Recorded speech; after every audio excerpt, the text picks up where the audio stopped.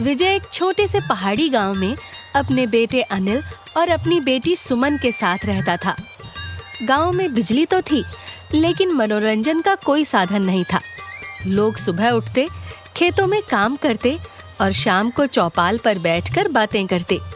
उनका जीवन सादा था और खुशहाल भी। सुमन, कहाँ हो बेटी?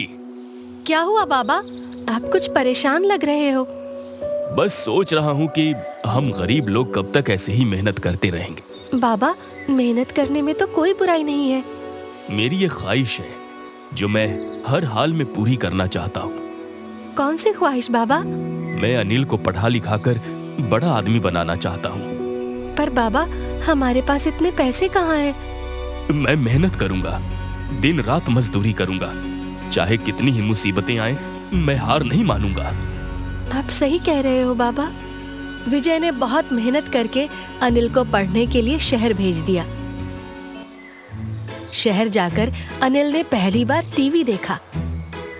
अरे क्या बात है, ये शाहरुख खान तो मुझसे बात कर रहा है। हॉस्टल जाकर राघव को बताऊंगा। अनिल बहुत खुश होकर हॉस्टल जाता है और वहाँ वो अपने दोस्त को शाहरुख खान की बात बताता है। राघव सुन, एक गजब की बात हुई है आज। क्या हुआ भाई? आज शाहरुख खान ने मुझसे बात की। क्या शाहरुख खान तुझसे बात कर रहा था? हाँ, वो मुझे देख रहा था और कह रहा था कि तुम मेहनत करोगे तो तुम सब कुछ हासिल कर लोगे। शाहरुख खान को भी तुझसे बात करने के लिए टाइम मिल गया। भाई तू जरा आराम कर, शायद पढ़ाई का स्ट्रेस हो गया है। मेरा मजाक मत उड़ा, मैं सच कह रहा हूँ। वैसे कहाँ पर देखा तुमने शाहरुख खान को? रोड पर एक बड़ी स्क्रीन चल रही थी, उसी में शाहरुख खान बोल रहा था मेरी तरफ देखकर। भाई ये टीवी है, वो तुझसे बात नहीं कर रहा था, वो सिर्फ एक एडवर्टीजमेंट था। टीवी एडवर्टीजमेंट, ये क्या होता है? अरे भोले भाई, एडवर्टीजमेंट मतलब विज्ञापन। टीवी एक इलेक्ट्रॉनिक डिवाइस है जो मनोरंजन के लिए होता है। तो इसका मतलब वो मुझसे बात नहीं कर रहा था? नहीं भाई, टीवी पर जो लोग होते हैं वो सिर्फ एक कैमरे के सामने बोलते हैं। सलमान खान वो बात तो लाखों करोड़ों लोगों के लिए कर रहा था। अरे मैं तो सोच रहा था कि मैं खास हूँ। टीवी पर जो दिखाते हैं वो सब झूठ होता है। अब झूठ नहीं, पर सब कुछ सही भी नहीं होता। राघव के समझाने के बाद अनिल ने न केवल टीवी की दुनिया को समझा, बल्कि अपनी मेहनत को और भी बढ़ा दिया। उसने अपनी पढ़ाई पूरी लगन से की और जल्दी ही उसे एक अच्छी नौकरी मिल गई। ये अनिल के लिए और उसके परिवार के लिए एक बड़ी जीत थी। उसने तुरंत ये खुशखबरी अपने बाबा विजय को एक खत लिखकर दी। सुमन, सुमन, कहाँ है तू? बाबा, क्या हुआ? ये खत तेरे भाई अनिल का है। भैया का खत? क्या लिखा है, जल्दी बताओ। अनिल की नौकरी लग गई है, अब वो 20,000 रुपए महीने कमाएगा। उसने लिखा है कि वो अगले हफ्ते घर आ रहा है और हमारे लिए एक सरप्राइज भी लेकर आएगा। सरप्राइज? भैया क्या लाएगा बाबा? पता नहीं बेटी, पर जो भी लाएगा मुझे यकीन है कि वो हमारी मेहनत का फल होगा। अनिल का खत पूरे परिवार के लिए खुशी और गर्व का पल था। देखते देखते कब एक हफ्ता गुजर गया पता ही नहीं चला। अनिल अपने साथ 55 इंच का LCD टीवी घर लेकर आया। बेटा, ये इतना बड़ा सा काला काला क्या है? बाबा, इसे LCD टीवी कहते हैं। बेटा, इससे क्या होता है? बाबा, ये आपके लिए और सुमन के लिए सरप्राइज है। इसे आज रात मैं चौपाल पर लगा दूंगा। अनिल जब चौपाल पर 55 इंच की LCD टीवी लेकर पहुंचा, तो सब लोग उसे देखने के लिए इकट्ठा हो जाते हैं। अनिल टीवी को एक बड़े से स्टैंड पर लगा देता है। अरे ये क्या है, इतना बड़ा संदूक जैसा? ये चमक क्यों रहा है? अरे ये बाल बनाने वाला बड़ा शीशा है काले रंग का। ये कोई शीशा नहीं है, ये एक LCD टीवी है। इसमें दुनिया की हर बात देख सकते हो। ये आपको गाने, नाटक और खबरें सब दिखाएगा। सब लोग टीवी को घेर कर खड़े हो गए। तभी अनिल ने टीवी चालू किया और उसमें से एक गाना बजा।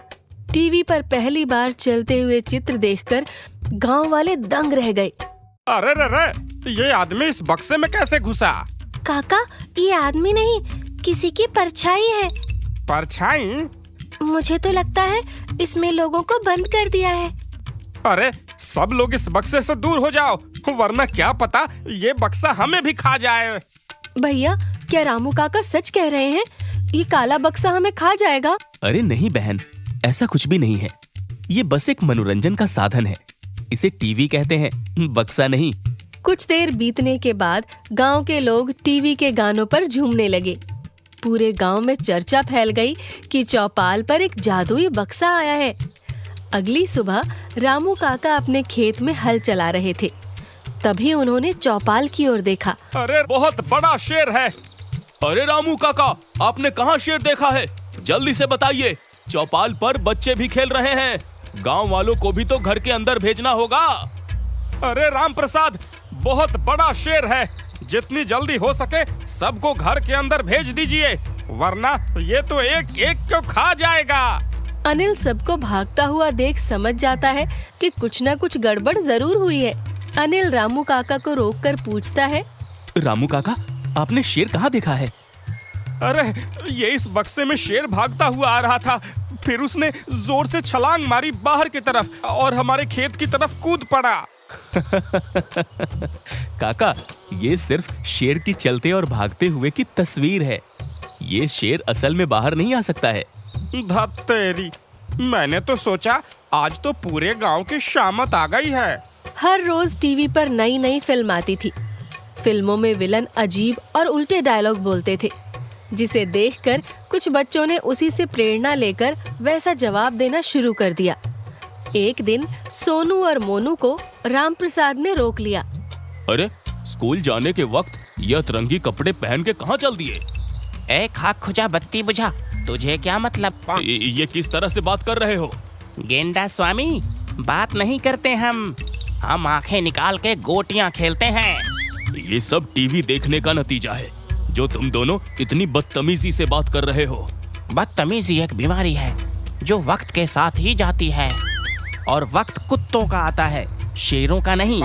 सोनू और मोनू ने जो टीवी में देखा, उन दोनों ने उन बुरी आदतों को सीखकर रामप्रसाद पर अप्लाई कर दिया। इस हादसे के बाद उन्होंने चौपाल पर बैठक बुलाई। सब इस बक्से की वजह से हो रहा है, इसे आज ही तोड़ देना चाहिए। जब से ये टीवी आ गया तो सब लड़ने लगे हैं। ये टीवी कुछ नहीं करता, ये तो सिर्फ दिखाता है। तो इसका क्या मतलब? हम गलत हैं? नहीं, हम गलत नहीं हैं। जैसे हमें अच्छे और बुरे लोग मिलते हैं, वैसे ही टीवी पर भी सब कुछ दिखता है। बेटा, ये बात तो ठीक है, पर जब से ये काला बक्सा आया है इस गांव में, लोगों ने गांव में गंदगी करना भी शुरू कर दी है। आप लोग समझने की कोशिश करिए। हमारे पास जुबान है और उस जुबान से हम दुआ भी दे सकते हैं और गाली भी। गांव वालों ने टीवी से अच्छी बातें सीखना शुरू किया।